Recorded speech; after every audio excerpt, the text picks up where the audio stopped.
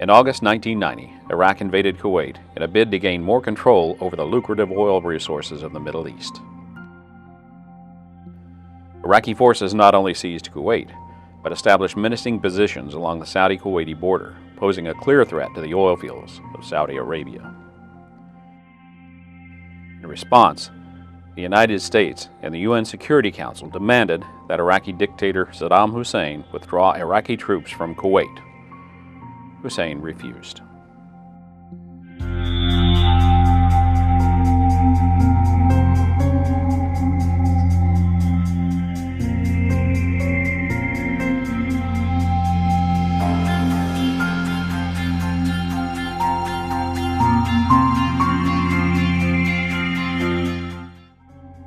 The defense of Saudi Arabia, called Operation Desert Shield, quickly became a multinational effort. Egypt, Syria, France, the United Kingdom, and others joined the coalition and began sending forces to Saudi Arabia in the summer of 1990. CENTCOM, led by U.S. Army General Norman Schwarzkopf, served as the overall theater headquarters for the campaign. On January 16, 1991, President George H.W. Bush announced the start of what would be called Operation Desert Storm, a military operation to expel occupying Iraqi forces from Kuwait. CENTCOM was about to go to war.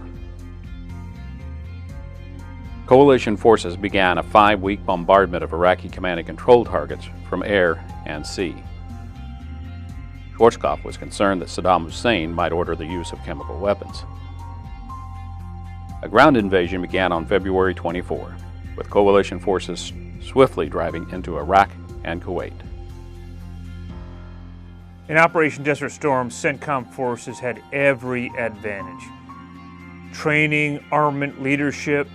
Really what's just as important is the way that coalition commanders employed these advantages against the Iraqi army.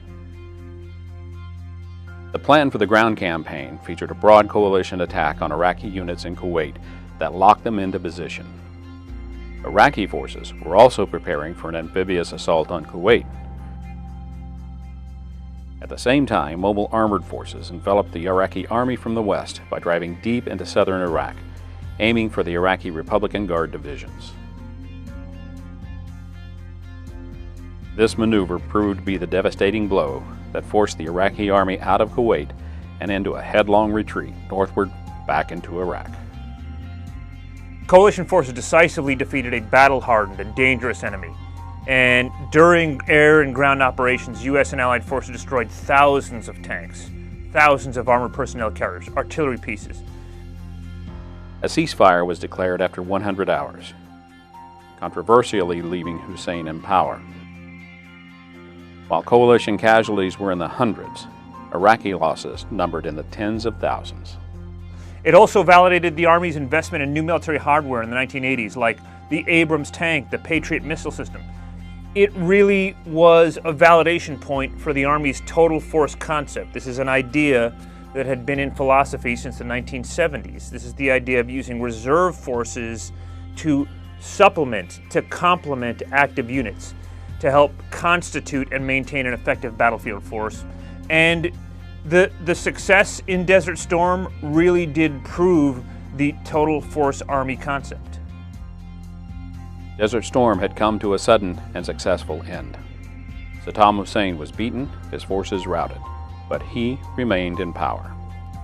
CENTCOM and coalition forces had written their first chapter on cooperation, harnessing technology, and determination against a formidable opponent.